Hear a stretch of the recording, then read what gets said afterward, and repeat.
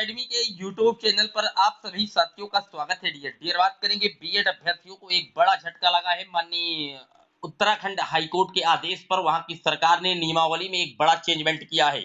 बात करेंगे आयोग गठन में उत्तर प्रदेश में निश्चित तौर पर विलंब होना तय है। आचार संहिता लागू होने के पूरी तरीके से जो आसार हैं बढ़ गए हैं। साथ ही साथ बात करेंगे मध्य प्रदेश में बीएड वर्सेस डीएलएड मामले में जो सुप्रीम कोर्ट में क्लैरिफिकेशंस के लिए याचिका लगाई गई थी, उसकी जो कंप्यूटर जनरेटेड डेट है वो माननीय सुप्रीम कोर्ट की वेबसाइट पर शो करने लगी है।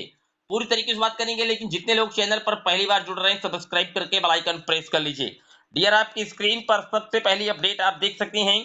यहां पर सीएम धामी की अध्यक्षता में हुई कैबिनेट बैठक में सेवा नियमावली संशोधन को मंजूरी। उत्तराखंड में 3000 बेसिक शिक्षकों की भर्ती का रास्ता साफ। मैं आपको बता दूं, जैसा कि एनसीटी का बनाया हुआ 28 जून 2018 का जो बजट था, उसको माननीय सुप्रीम कोर्ट ने 11 अगस्त 2023 को पूरी तरीके से रद्द कर दिया था। उसके एवज में अब जो नियमावली में संशोधन है वो होने लगे हैं और प्रत्येक राज्य से धीरे धीरे 1 to 5 की शिक्षक भर्तियों से बीएड पूरी तरीके से बाहर हो रहा है।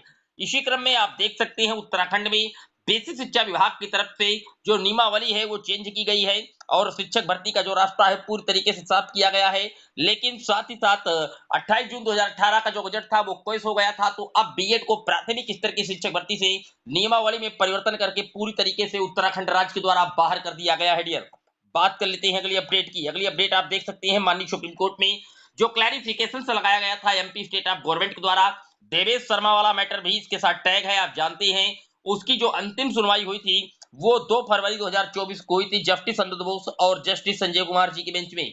उसके बाद लगातार इसकी जो डेटें हैं वो नहीं लग पा रही थी, कहीं ना कहीं कोई रीजन आ जा रहा था। लेकिन माननीय सुप्रीम कोर्ट के द्वारा आप देख सकते हैं यहाँ पर जो टेनेटिव डेट है वो अब शो करने लगा है और इसकी टेनेटिव जो डेट है वो कल दिनांक 13 मार्च की शो कर रहा है कंप्यूटर जनरेटेड डेट। यहाँ पर मामला आप जानते हैं मध्य प्रदेश में बीएड के कैंडिडेट चयनित हैं, हजारों की मात्रा में सेलेक्ट होकर के प्राथमिक विद्यालयों में सेवाएं दे रहे हैं।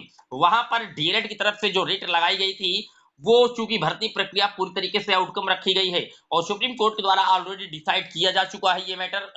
और लेकिन जबलपुर हाई कोर्ट में इसका मैटर अलग चल रहा है। लेकिन जो एमपी गवर्नमेंट है स्टेट की, वो बीएड अभ्यर्थियों के पक्ष में जाकर के पूरे मामले को माननीय सर्वोच्च न्यायालय में ट्रांसफर पिटीशन के रूप में फाइल कर दी थी। वहां पर अब ये क्लैरिफिकेशन कराना चाहते हैं कि जो जजमेंट है रेट्रो होगा, प्रोस्पेक्टिव होगा।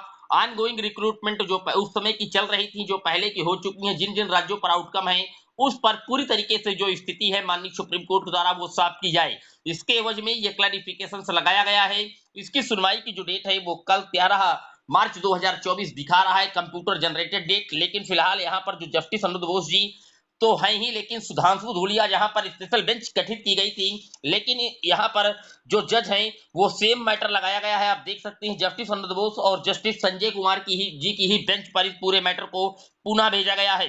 इसके लिए कहीं ना कहीं स्पेशल बेंच का गठन भी किया गया है। आप यहाँ पर देख सकते हैं जब 2 फरवरी 2024 को यहाँ पर कहा गया था कि same bench which had delivered the judgement as per date 2024 2 फरवरी, यहाँ पर लिखा हुआ है कि उसी बेंच को इस मैटर को ट्रांसफर किया गया है, स्पेशल बेंच बनाई गई है। तो अगर कल इस मामले को सुना जाएगा तो निश्चित तौर पर कल ही इसका जो डिसीजन है वो आ सकता है। फिलहाल कंप्यूटर जनरेटेड डेट शो करने लगा है 13 मार्च 2024 को। लगातार 1 माह से अभ्यर्थी वेट कर रहे थे कि इसकी कब डेटें आएंगी, स्पेशल बेंच में क्या कुछ हो रहा है। तो इसकी भी एक बड़ी जो खबर है वो निकलकर सामने आई है। 13 मार्च 2024 यानी कि कल दिनांक को एक महत्वपूर्ण सुनवाई माननीय सुप्रीम कोर्ट में एमपी बीएड वर्सेस डीएलएड मामले में होने जा रही है क्लैरिफिकेशंस को लेकर के। और जैसा सुप्रीम कोर्ट के द्वारा डिसाइड कर दिया जाएगा तो आप समझ सकते हैं कि वही मैटर जबलपुर हाई कोर्ट के द्वारा भी ऑलरेडी डिसाइडेड कर दिया जाएगा। बात कर लेते हैं अगली अपडेट की। अगली अपडेट उत्तर प्रदेश से जुड़ी है। यहाँ पर आप देख सकते हैं कि नए शिक्षा सेवा चयन आयोग के फेर में पूरी तरीके से फंसती जा रही, क्योंकि आचार संहिता लगने वाली है और यहाँ पर जो नया शिक्षा सेवा चयन आयोग है वो लगातार पिछले 1.5 साल से बन रहा है। लेकिन आज तक जो हमारे अभ्यर्थी हैं वो परीक्षा का सिर्फ इंतजार कर रहे हैं डेट का और अनाउंसमेंट नहीं हो पा रहा है। अब लोकसभा का चूंकि चुनाव नजदीक है और कभी भी आचार संहिता लग सकती है, तो निश्चित तौर पर आप ये मान लीजिए कि अभी युवाओं को और ज्यादा इंतजार करना पड़ सकता है।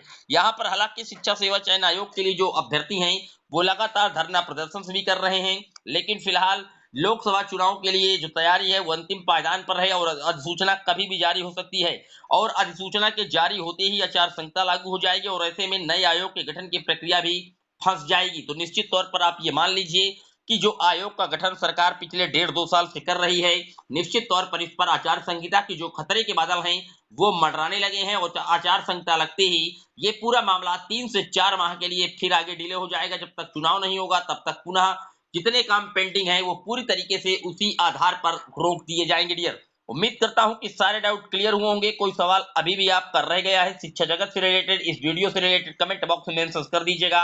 आपके डाउट हम तुरंत कमेंट बॉक्स के माध्यम से दूर करने का प्रयास करेंगे। पहली बार आए सब्सक्राइब कर लीजिएगा। जय हिंद, वंदे मातरम।